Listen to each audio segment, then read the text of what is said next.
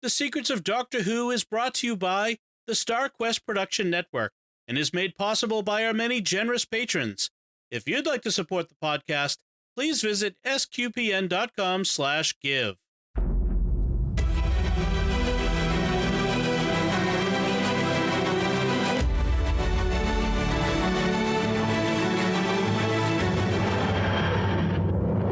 You're listening to The Secrets of Doctor Who, where we discuss everything about the hit BBC series Doctor Who. And today we're discussing Chapter 4 of the Flux, Village of the Angels. I'm Dom Bettinelli, and joining me today on the panel are Father Cory Sticha. Hi, Father Cory. How's it going, Dom? Very well, thanks. And Jimmy Akin. Hi, Jimmy. Howdy, Dom. Folks, be sure to follow The Secrets of Doctor Who in Apple Podcasts, Google Podcasts, Spotify, Stitcher, TuneIn, iHeartRadio, your favorite podcast app, or at the SQPN YouTube channel, where you should also make sure to hit the bell to get notifications. I want to encourage you to stick around to the end of the episode. We have some great listener feedback, and we always love to get feedback from you. You can send your feedback to drwho@sqpn.com. And before we get into discussion of today's episode, I want to tell you about another show on the Star Quest Network that you'll definitely want to listen to. It's called The Secrets of Stargate, where we have a panel, including Father Cory, discussing the excellent Stargate franchise in all its permutations, including new Stargate. And you'll have to listen to Secrets of Stargate to find out what that's about. You can find it wherever fine podcasts are found, or at sqpn.com/Stargate. So, Jimmy, can you give us a recap of the Village of the Damned? Spoilers ahoy, here we go. Last time on Doctor Who, a weeping angel appeared in the TARDIS and seized control of it. This time, the Doctor uses a vague technobabble means of getting rid of the angel, and the TARDIS pops out in 1967. Here we meet Claire, who we saw back in Episode 1 in 2021, who an angel has transported back to the 1960s. Claire is a precognitive who is being studied by Professor Jericho. She's also carrying a rogue weeping angel in her mind, and the division has sent an extraction squad of weeping angels to get the rogue back. Everyone in the village disappeared in 1901 and 1967, and that's because the weeping angels extracted the village from space and time.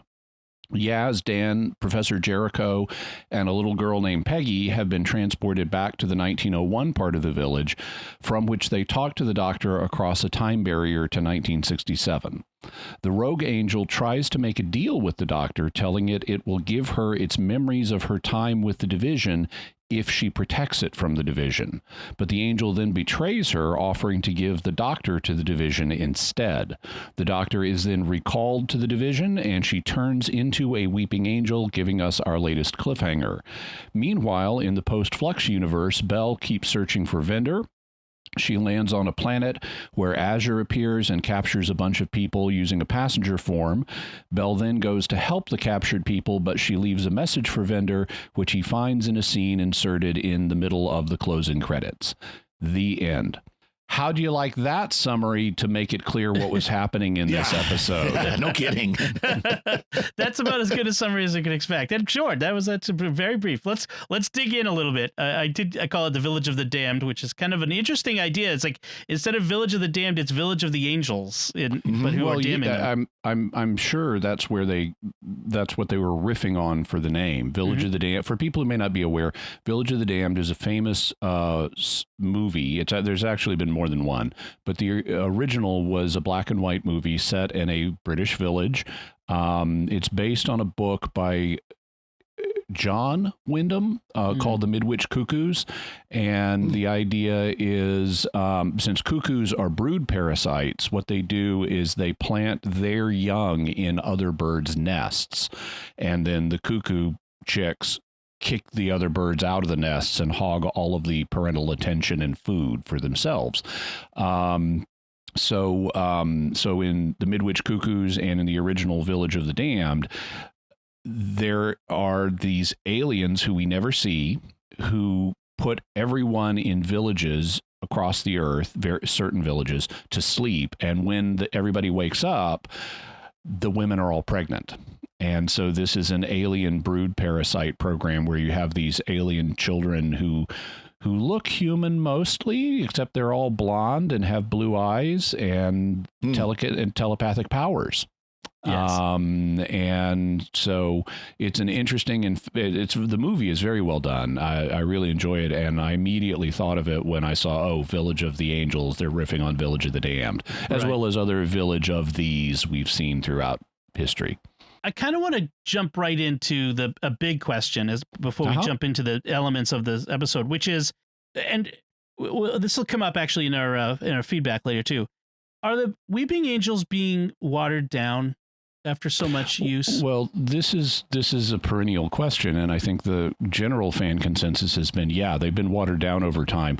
But what I've seen is people liking this episode because it uses the angels in a more effective way. We haven't really had an angel-centric story since Angels Take Manhattan, and that's frequently considered the nadir of the angel storytelling on the show, except for where they just appear briefly. But as an angel-centric episode, that's often considered the worst.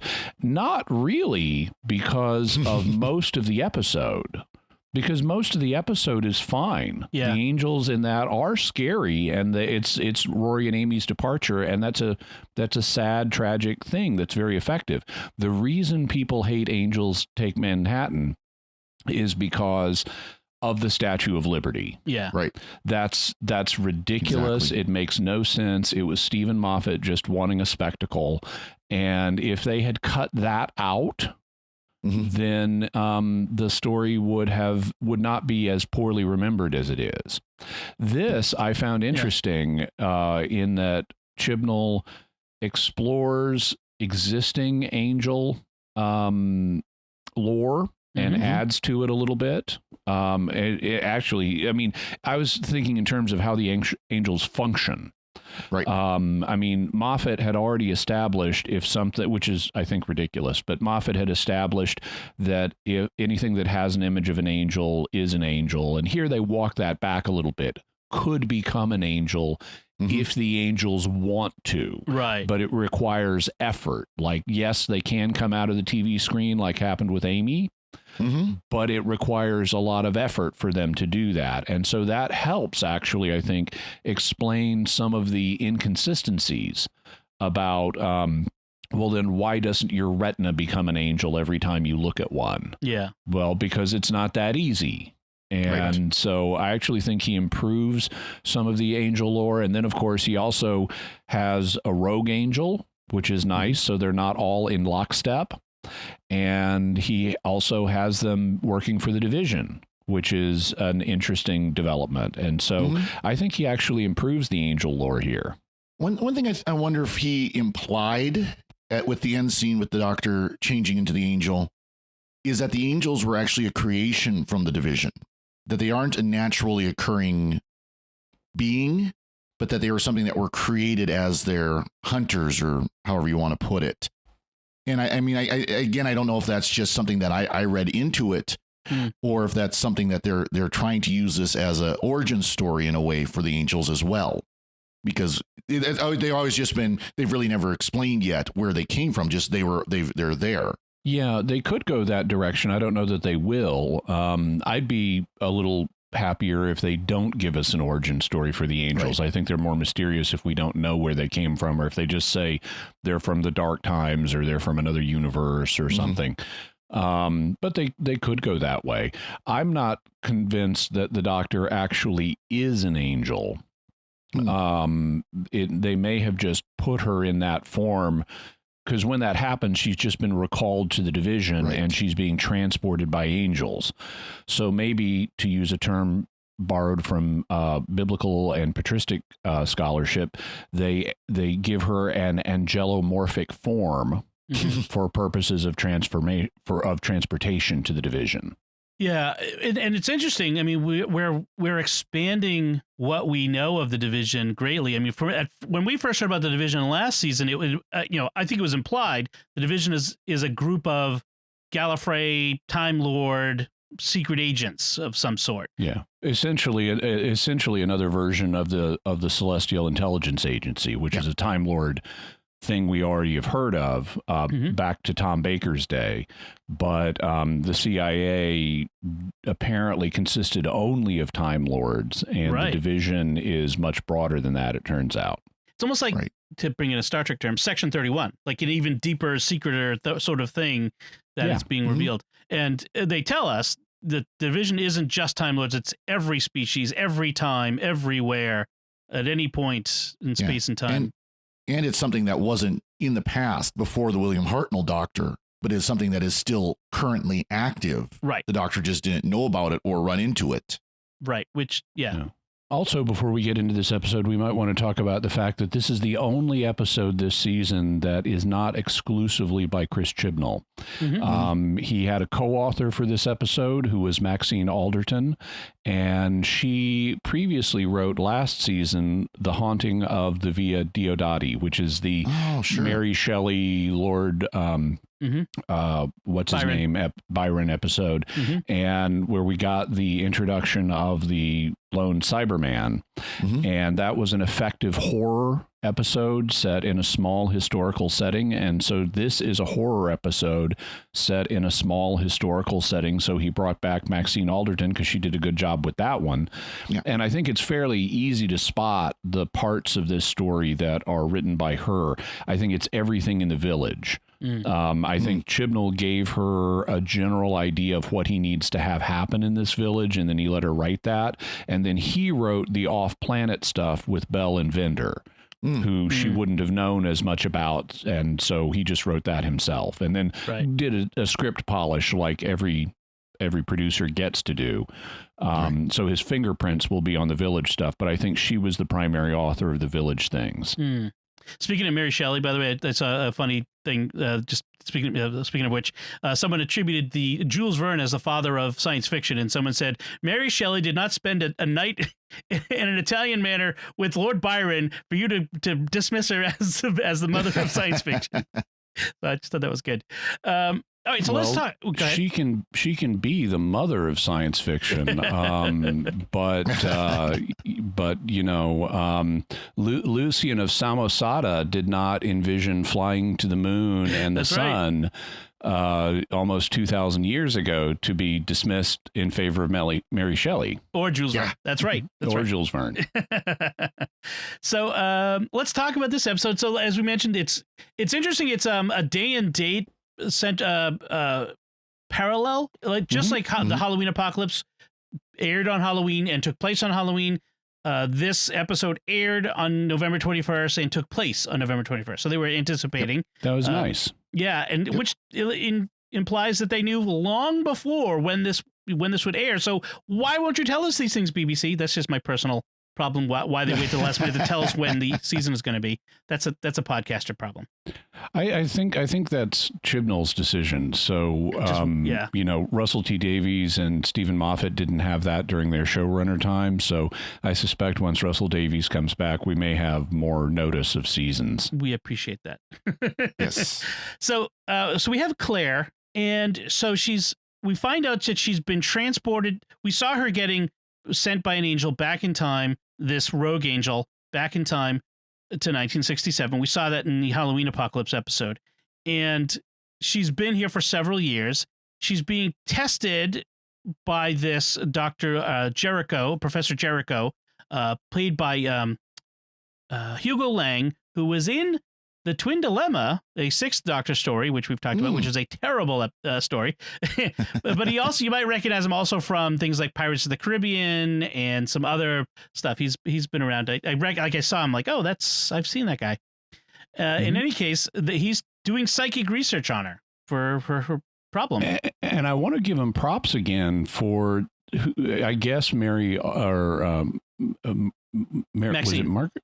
Maxine Alderton, for her realism in that, because they were in this period using polygraphs to try to measure, and in EEGs and stuff on psychics, they were starting to do that. But she also has a line where Professor Jericho is complaining to the doctor about how she's interfering in the experiment, and he says, "You're disrupting my percipient."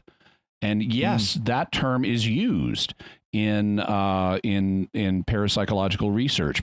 A percipient is a person who perceives something, and so it's a neutral term that you can use. Like if someone reports seeing a ghost, well, they say they perceived it, so they're a percipient, but you're not signing off on the fact that that's what they actually saw. And so you encounter these neutral terms in parapsychological research like percipient and experient, a person who experiences something.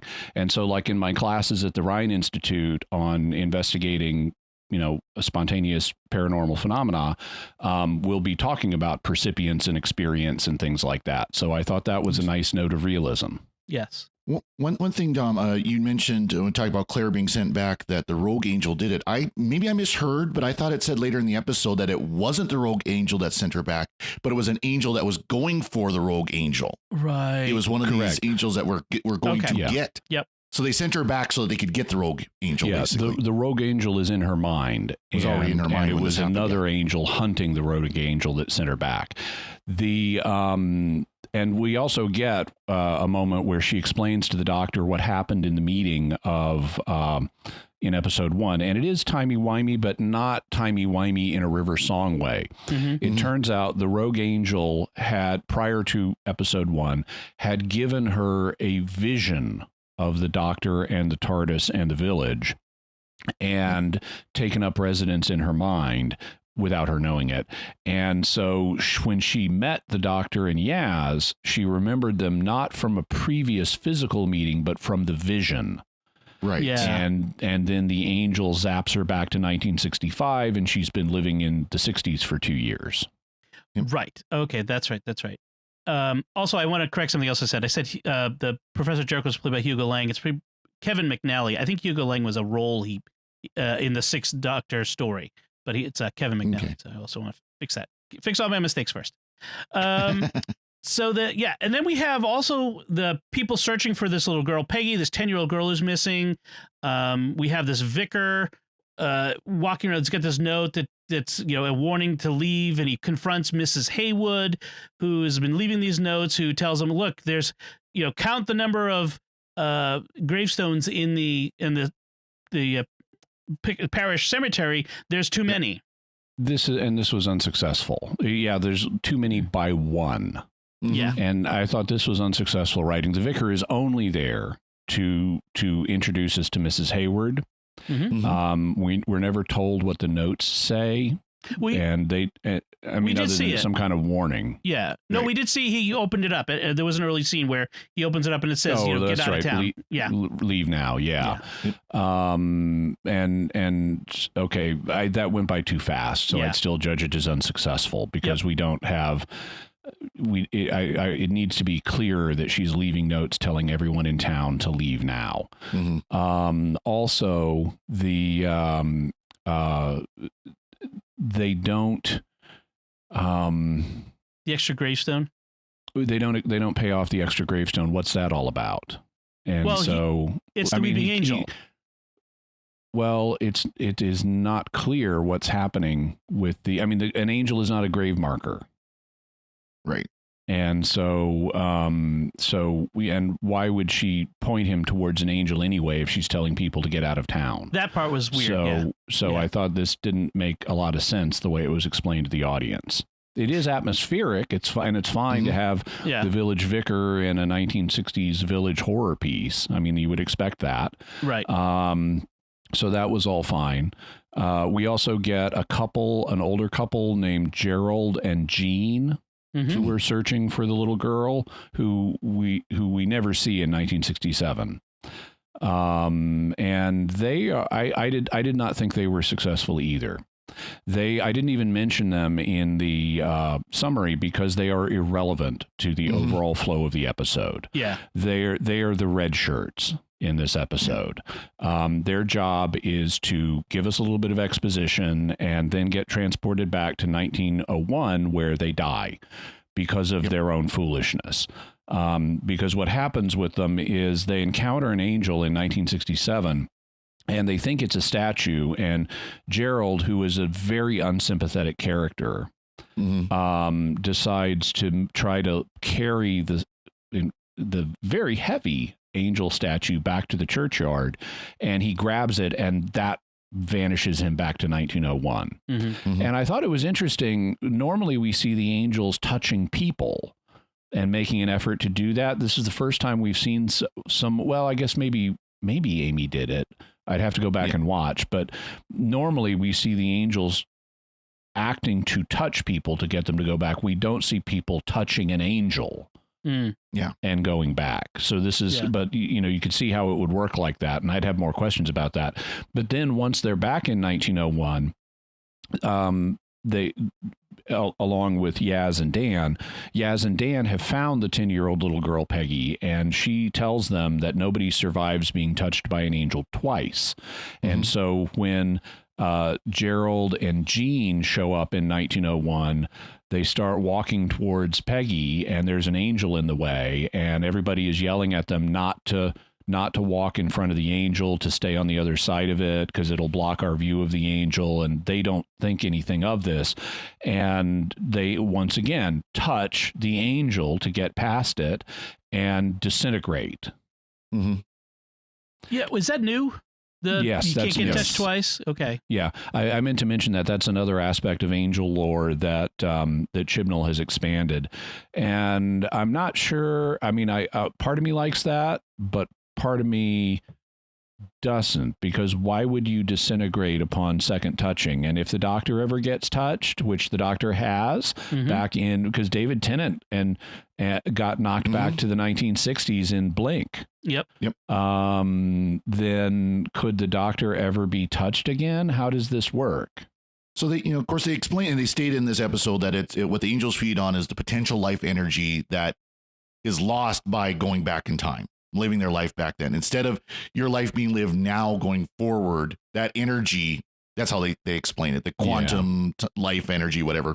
And that's, so that's nonsense, but yeah, we it's can nonsense, go with it. But the idea of a weeping angel is nonsense if you want to go that far. But so it makes sense then that you don't have that potential life energy anymore for the second time you get touched. It's been, especially when you just got zapped back 5 minutes ago, right? As this couple did, relatively speaking. With the Doctor, you could argue that he's got so much potential quantum life energy that even if he gets zapped 3-4 times, it's not going to matter, depending on how far back they send him. But that's a question. I mean, let's suppose I get touched by an angel, and the angel sends me back 1 year. Well, I'm older than I used to be, but I'm young enough that I should statistically have more than 1 year of life left. So if an angel sends me back 1 year and immediately touches me again, if it's just the potential life energy that's the issue, I should be able to survive that just fine. Yeah. Of course, this was 66 years. So, how do they decide how, that's the sort of the weird things. And also, everyone who was in the village, living in the village in 1901 disappeared. And they don't explain that. Yeah. Other than the angels somehow did it. Yeah. And they went further back, maybe? I don't know. And then then you have this cursed village. I'm just trying to imagine this in 1901. How long did it take for people to move back into these empty houses for them to be a full, functioning village there in 1967? Well, and then after the 60s, it said the government took it over. Yeah. The military took it over and locked it off. So unit moved in. Yeah, I was going to say unit. All right, so let's get back to Claire. She's got this experience of she has a seizure. She starts speaking in a strange voice, almost like we imagine someone being possessed. It's the angel insider says the angel has the TARDIS. By the way, before I forget, regarding Claire, they did something interesting in the opening scene with her, because the Professor Jericho has her hooked up to a polygraph, a lie detector, and he's asking her questions. And one of the things, now we did an episode of Mysterious World on lie detectors and how they're not reliable at all and very easy to beat. But part of standard lie detector protocol is asking control questions where the answer and the person is expected to be truthful, and that allows you to establish a baseline for what the readings look like when the person is being truthful. And so Professor Jericho is asking Claire some control questions, but they involve time.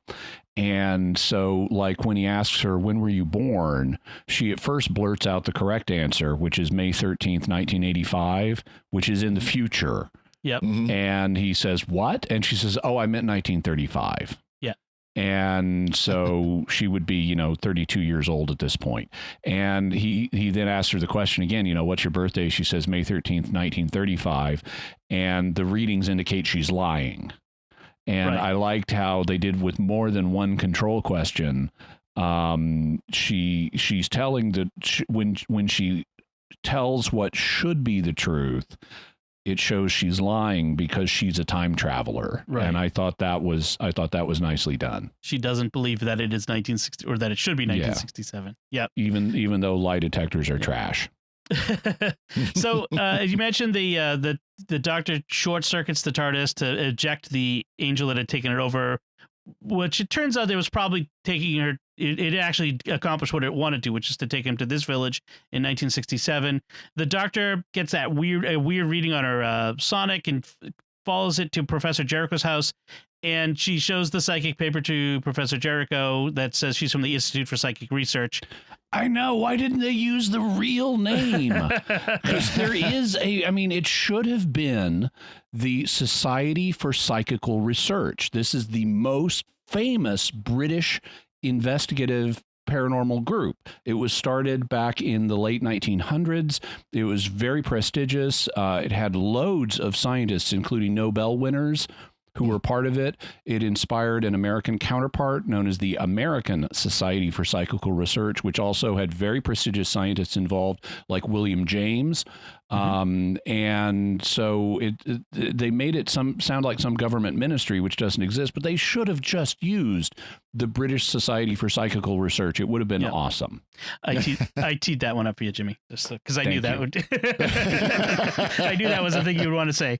So I have to say, I really like Professor Jericho. He has been. He was like. He doesn't come across as just. In fact, he reminds me a lot of the psychic researcher we just talked about a few weeks ago on our podcast from the 11th Doctor's time. Where they had gone back to a previous era. It was, again, in fact, elements that are similar to this one. I don't remember off the top of my head. I should have looked it up. But, he was a war veteran. He's not easily scared by, phenomena. He helped liberate a concentration camp. Yeah. Right. And he comes across as really cool under pressure. Smart. He's not a big dummy. I mean, he's dealing with something he's unfamiliar with, so he makes mistakes at times, but he's not afraid of the angels and stands up to them several times. So that was pretty cool. So I do like the Professor Jericho. Even when they go into his subconscious and find his personal insecurities and throw them in his face, it's like, I don't care. I'm not giving up. Right. Yeah. That was really awesome. Then there is a moment where the doctor has a piece of paper where Claire has drawn an angel on it, and from her vision, and she tears it up and throws it in the fireplace, but doesn't burn it right away, and then it reforms itself into in a picture so that an angel can start forming from it. So then she crumples it up and then lights it on fire, and then we get a fire weeping angel, which is really that was wild. Cool. That was very effective. By the way, Dom, the episode you're thinking of was Hyde. Oh, right. Hyde. Yes. And that had a lot of the similar themes. You had Professor Alex Palmer, the same as the professor in this. You had Emma Grayling, very similar to Claire in this. Yep. And then you had the quantum lock, where there was the chunk of the village was cut off and was slowly crumbling away. Well, they had the alternate universe that was slowly crumbling away. So there's a lot of similarities between these two episodes as far as that. Are you noting that a Doctor Who episode has a weird timey phenomenon going on in it? Really? Yeah. A lot of similarities. Well, a very similar timey phenomenon, which is that, like you said, the pocket universe that's getting smaller. I actually think that's kind of interesting that they went there. I liked the, at one point, you mentioned the angel that Claire had drawn as a result of her precognitions. And later on, after the Doctor destroys that one, they don't really pay this off, but it's a nice, effective moment in the story where the angels the Doctor has put a couple of EEG headpieces on a couple of angels that can't move, and now that they have the EEG headpieces on them, they use the polygraph to very quickly draw a new image of an angel. Yes, that was pretty wild. After she reverses the polarity of the neutron flow, to give them a quantum headache. Yes, there's a couple of homages. She also at another point says, "When I say run, run," which is a classic Doctor phrase. One thing I liked in this scene, so they comment on what they're doing in this house so we have a base under siege model where they're in this house, it's being besieged by angels. The Doctor even talks about it being besieged, using that word, by angels. Yep. And she explains that why they're doing this. She says, why don't we just run from the house? Well, it's because there's way more of them than there are of us. At least here we have an enclosed position we could conceivably defend. And so they progressively have to fall back in the house as the angels advance to the basement. And then Professor Jericho is like, I'm reconsidering this idea that we should have taken our stand in a space with so few exits. Yeah. And the Doctor then notices something because the Doctor is frequently aware of everything in her surroundings, which they played with Matt Smith a few times visually. They'd replay things he saw that the audience missed. Yep. And it indicated he had this like global awareness of everything in his environment. And they don't do that here, but they kind of touch on that idea where the Doctor says, don't you even read your own floor plans? Because there are floor plans of the house hanging on the wall in the basement, and there is an assignation tunnel. And she explains that whoever built this house was a bit of a scoundrel, but we can use this to our advantage. And for people who may not be familiar, an assignation is a old-fashioned way of saying a hookup. And so if you're meeting someone for an assignation, that was a euphemism for having a hookup. And so whoever built this house has a tunnel out of the basement. It's behind a wall now, a wooden wall, which the Doctor smashes, but had a tunnel built to get out of the house to go have assignations. So one of the things that we see is Claire, because she's got this rogue angel in her head, she sees, at one point she sees herself in a bathroom mirror with wings, the stone angel wings. She has the stone dust coming out of her eye, just like Amy did in that episode. And then she starts to have her hands becoming stone and then reversing, which is interesting. And I felt like that was all the rogue angel trying to get the Doctor to notice and do the telepathy, because she wanted to communicate with the Doctor. And that's so the Doctor engages in this telepathy moment, and we get this very interesting effect of the weeping angel standing behind Claire with her hand on her shoulder, and Claire being a mouthpiece in the telepathic contact. Also, notice the Doctor asked her permission to go into her mind to look for the angel. And it's like, wait, when does the Doctor, and especially this Doctor, ever ask for permission to violate someone's mental sanctity? Yeah. That's a new one. So, and what the rogue tells her is, like we mentioned before, is she's a rogue angel, which the Doctor doesn't really believe her. Then that she's part of the division, and that the angels that are coming are an extraction squad, which is new, and that she has knowledge based on actual covert operations. In the real world, you do have extraction squads that are sent to go get someone. Yes, and that's true. Extract them from their current environment and bring them back. Right.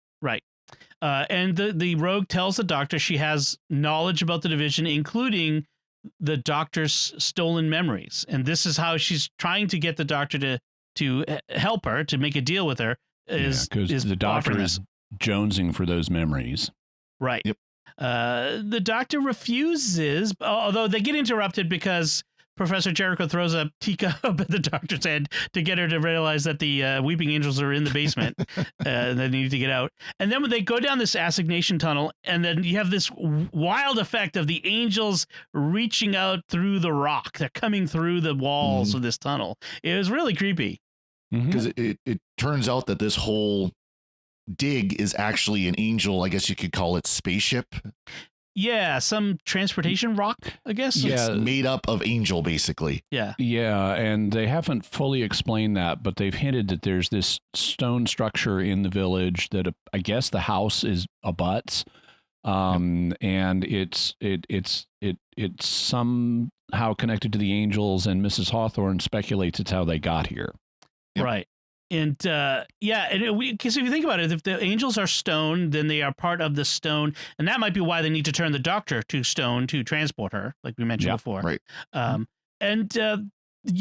doctor kind of has to race by this angel standing in her path, and she's expected to be touched at any moment, but the angel doesn't move. And the whole thing is, as we get to this point, why did they take it out of the village, out of space and time? Why is it, in this space? Why are they doing this? Because they're being deliberately cruel. They're toying with the people to, like a cat with mice. That's it, essentially. And as Mrs. Hawthorne explains, based on her telepathic communications with angels, they like to leave survivors to tell the terrifying story to bolster their rep. Right.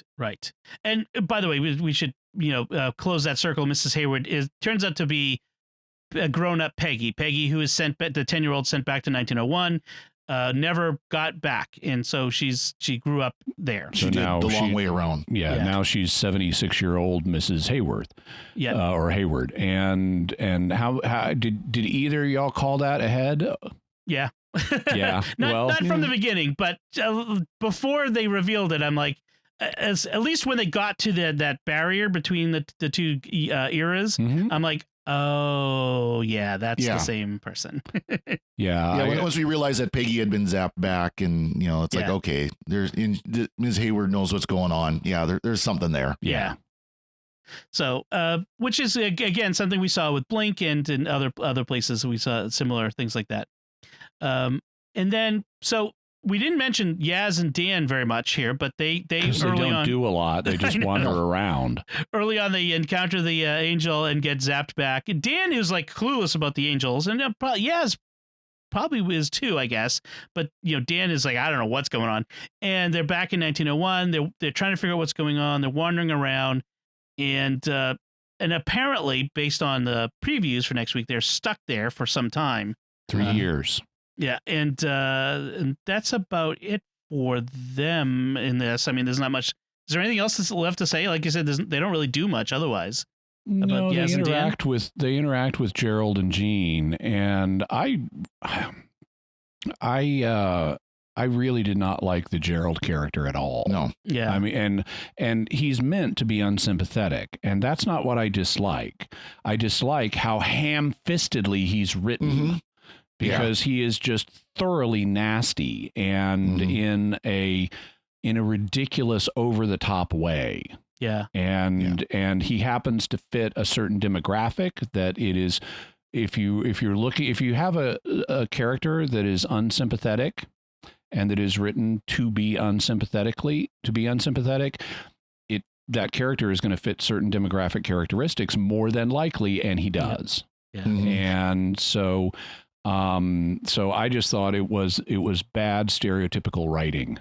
Yeah, and yet another parental figure who is unsympathetic and bad and mean, and that's the thing too. Is so they're the great aunt and uncle of Peggy, right? Who's an orphan, and he is just a complete jerk, southbound end of a northbound horse. Let's put it that way. Yes, he is. I mean, he has no redeeming value whatsoever. There's no point where, and his wife, Jean even calls him on it and says, well, no wonder she runs away. You're always mean to her. And he's just like, yeah, whatever. Well, his response is even worse. He says, who do you think you are to talk to me like that? Yeah.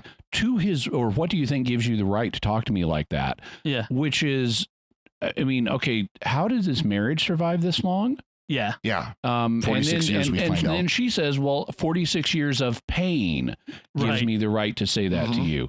And it's like, okay, this is just unbelievable. If this is, I mean, they had divorce laws in England in the 20th century. They had spousal cruelty laws. If she's really had 46 years of pain, 47 years of pain, they would not be together right now. Not with his attitude, not with hers attitude. And this will not be the first time she's speaking up. He's already, if she's this outspoken, she would have spoken up long before now, and he'd be used to it. And it's unbelievable. Right. Meaning in the literal sense, it is not believable that they are having this interaction for the first time here in front of us in this situation. Right. It is bad writing. It is bad. That's probably the worst part of the episode is Gerald and Jean. Yeah. So let's talk about the other B plot for this episode, the Belle story, which is appropriately a B plot. And she is, just as a reminder, carrying Vinder's child. They're newly married. They apparently had we're told in the voiceover that they were to go on their honeymoon to this place, Pisano, for 20 rotations, probably 20 days, but only got one night when they were called up. And that's the night that she got pregnant and they were separated. And so she's gone to Pisano, apparently looking for him. It's one of the few livable places left in the quadrant, whatever that means. A lot of this stuff is kind of vague. The descriptions. They give us enough. I mean, this is one of the few places a survivor could go, and so she goes there to look for him. Right. Yep. People are gathering there, and she encounters this guy. I forget his name, Namaka. And he tells her that there's something called the coalescence, where this woman appears and takes them away to someplace safe, which again reminds me of the end of last season with the lone Cyberman and the place that was taking people away to someplace safe. I kind of had that again. It's an echo of something from recently before. He calls it the coalescence. And I think that he means that's the gathering of people. Right. Oh, the gathering people is the coalescence, and then the rescue was what she does. I get that. Yeah, and not everyone gets to go every time for some reason. And so it turns out it's Azure showing up with a passenger form, like you mentioned, and Belle recognizes the passenger form. She recognizes that it's not a transport; it's a prison, and gets Namaka away despite his best efforts to get taken, and rescues him. Although he's not grateful about that until apparently much later. So I thought that was interesting. And the question I came up with though is, why is Azure trapping the people in passenger? Like what's the goal here? Do we know? Well, previously they used people trapped in passenger forms as leverage, as hostages. So I would assume that they're doing the same thing now. But what conflict they're using them as hostages in remains to be seen, or planning to use them as hostages in. Okay. So, and then the next time we see, after all that takes place, the next time we see anything related to Belle and Vinder, we get this false credits, a mid-credit scene. So the credits begin. We have this weird version of the theme, the Doctor Who theme song that's playing. And, I'm looking at what's wrong with my file, the one I'm watching. Something wrong with my TV. I didn't notice anything wrong. I'm used to the BBC person coming in and talking at that point. So right. And then you get this distortion, and then it flips to, again, this scene on Pisano, Namaka, and this time Vinder shows up and he's looking for Belle, and she's left him a message saying she went to save the people from passenger. She's got her IFF, her beacon from her ship that he can follow. But before she can give him coordinates, of course, conveniently it cuts out. And then we get the rest of the credits with the normal sounding theme song. Why do you think they did it this way? What were they? I was curious. Like, I'm trying to think of what is the story that they're trying to tell by hiding this bit of this plot in the credits? Father, do you want to go first? Well, of course, my immediate thought is the whole issue of the flux, where all of time and space is in turmoil, it's in war. Okay. And that was the only kind of initial thought. Because excuse me, I noticed the distortion to the closing credits music right away. And it's just like there's something going on here. And then that broke in. And I'm just wondering if that's kind of what they're doing. And there could also be just a simple explanation of let's be kind of cool, and Marvel does the inter credits scenes, and so we got to do the inter credits scenes. I mean, it could be as simple as that. Okay.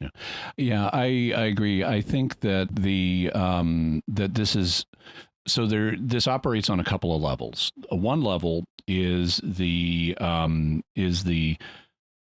level of, how do I want to put it, of filmmaking. Mm-hmm. And on this level, they are, so by having the distortion of the theme, that suggests distorted communications, which is something that we have, happening in the post-Flux universe. Communication is difficult.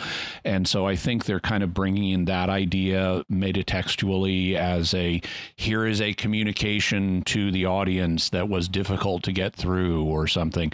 And they're deliberately doing the Marvel style mid-credit, post-credit thing just to be cool, because they know Marvel movies are popular and people like Easter eggs, so they're giving us one. Mm-hmm. Yeah, and true. I don't think there's much more significance in that, because the credits are non-diegetic in the Doctor Who universe. The credits do not exist in universe in Doctor Who, so there's not going to be more of a significance to it than that. It's not like the fact it appeared in the credits plays a plot function.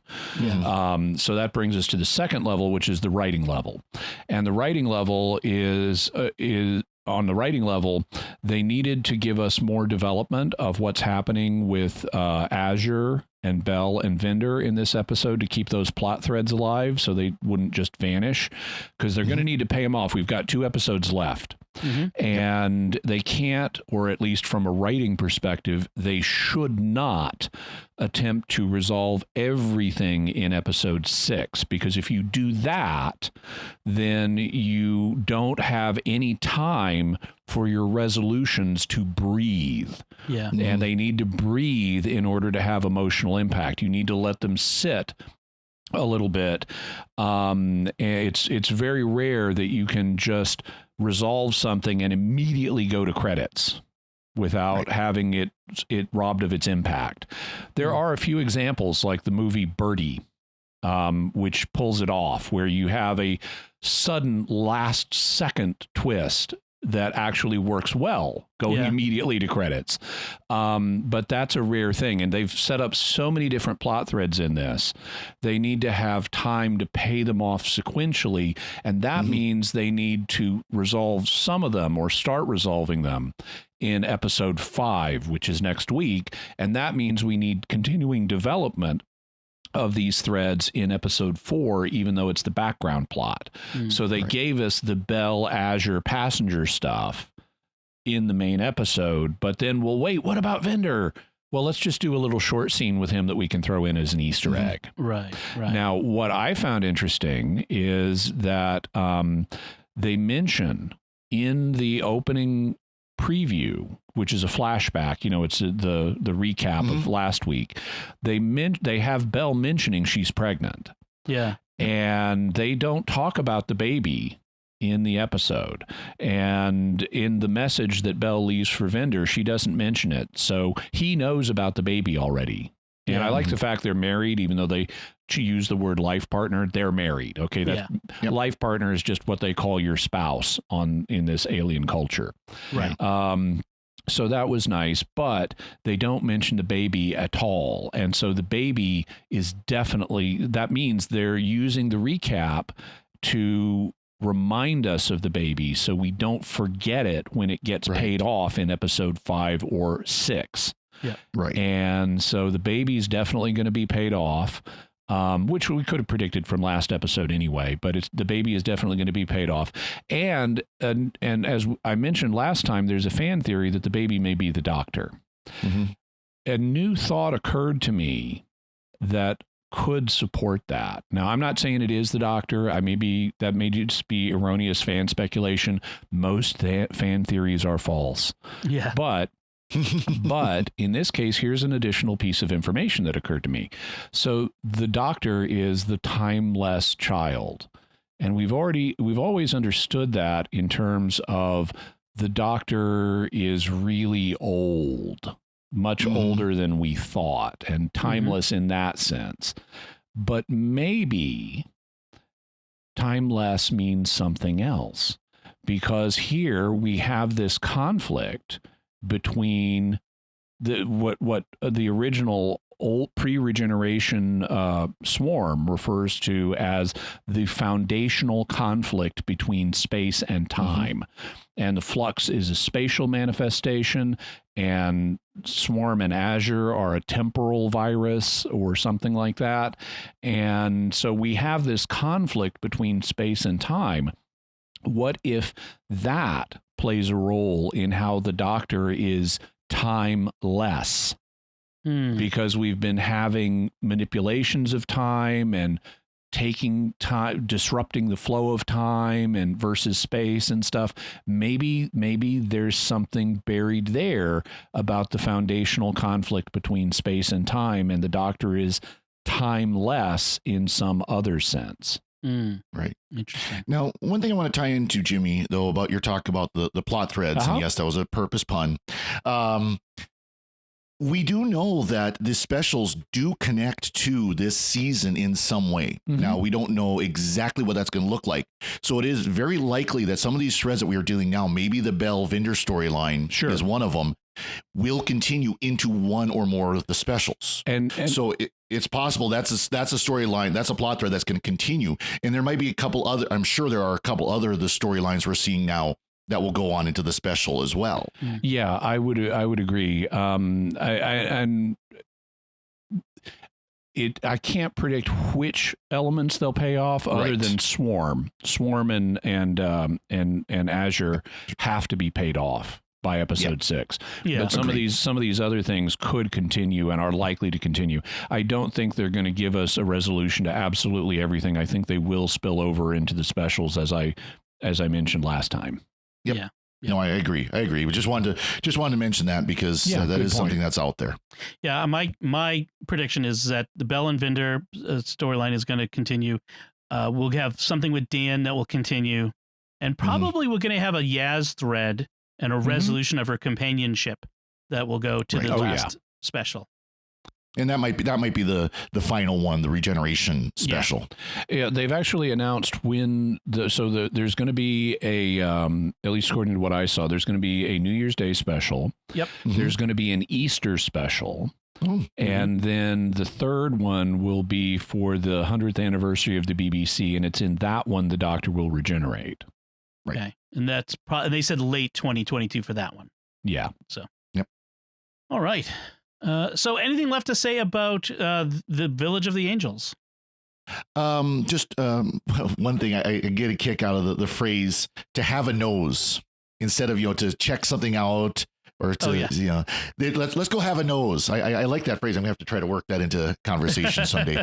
And then kind of from the teaser for next week, Kate Stewart returns. Yes. Unit is back. Unit is back in the person of Kate Stewart. So that'll be interesting. And we'll see the Grand Serpent with the TARDIS. So that'll be interesting to see how that plays out. Right. There's a few nice Easter eggs. Yeah. Is that who that it was? Okay. I didn't recognize him. Also, we have in the next time, we've got an Ood, and the Ood appears to be standing in the same room as we saw Awshock in.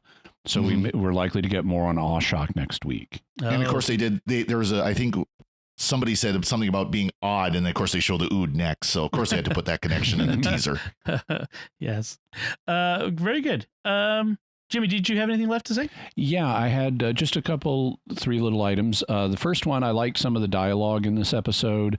There's a moment, just some of it's silly, but I like it anyway. Like there's a moment where after something dramatic has happened, the doctor says the only problem is this.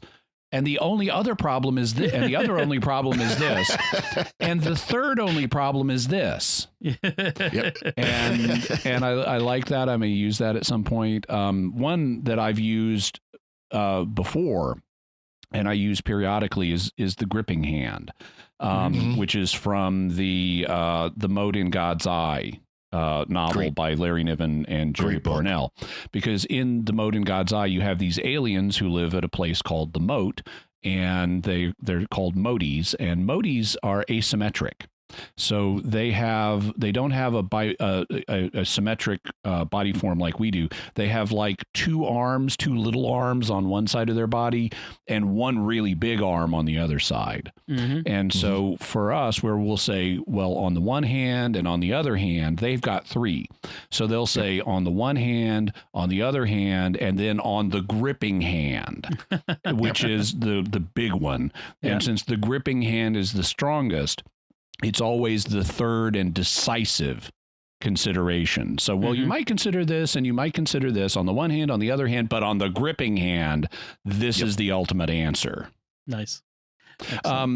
Also, I liked, there is just more little bits of angel lore. I really liked how Alderton and or Chibnall thought about angel lore in this. They clearly did not just write another Weeping Angel episode without putting thought into it. They really thought about what can we do? How can we expand or modify this lore? Things like that.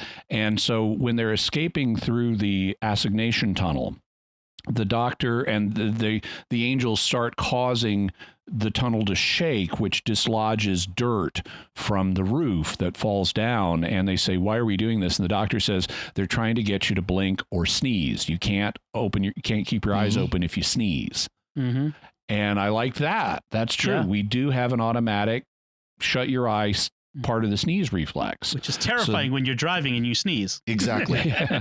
and so I very much like that. That showed thought being put into it. Also, there is an even greater moment earlier on where the doctor and Claire and Professor Jericho are trying to deal with an angel, and the doctor has set a trap for the angel, but I'm sorry, no, this is actually with Dan and Yaz. This is in the TARDIS, where the doctor is doing the vague technobabble way to get rid of it. But part of it is in order for this to work, the angel has to be able to move. So for once, instead of don't blink, we're all going to blink together. And that will allow the trap to have its effect and take the angel away. And so I really liked, for once, blink. Yes. That turns it on its head. That was good. All right, so that is it for the Village of the Angels. I did promise some listener feedback from before, and so I wanted to share that with you now. Our first feedback comes from SQPN's own Father Andrew Kinstetter. Father Andrew hosts The Secrets of Star Wars, but he's also a Doctor Who fan, and he's responding to our discussion of Weeping Angels in the Oculus VR headset, the game in there. He says, I just have to say that even though the Oculus doesn't measure if I blinked or not, we talked about if it did, the Weeping Angel sequence is absolutely terrifying. I'm not sure I could have handled it if I couldn't blink. Regardless, the VR experience is worth going through that sequence at least once. It reinvigorates how scary the Weeping Angels truly are, especially after some of the episodes that sort of take away that fear. Statue of Liberty as an angel, for example. Yes, and hopefully this episode restores some of the terrifyingness of the Weeping Angels. Yeah, it certainly expands some possibilities and clarifies some things that otherwise are annoying, like it's not any image of an angel becomes an angel. It requires effort for them to do that. Right. And ultimately, though, our future VR headsets need to be able to determine if we blink. Just so we can have the true don't blink experience with Weeping Angels. Oh, man. So when we're all jacked into the Matrix, we'll be able to do it. Yes. Our second feedback comes from Tammy LML on YouTube, who writes, I've got to say, this may be the best season since 2005, and I wish they'd gone in this direction a long time ago. I don't know where we're going, but I'm just so happy to be along for the ride. Also, I may have to dress up my dog as Carvanista next Halloween. There's going to be a lot of Carvanista dog Halloween costumes, I hope. We want pictures if you do it. Yes, we definitely want pictures. Thank you for another great show, guys. Every Sunday, as soon as Doctor Who ends, I'm thinking, can't wait to hear what the SQPN crew have to say. Well, glad you're enjoying this season of Doctor Who, and glad you're enjoying our show.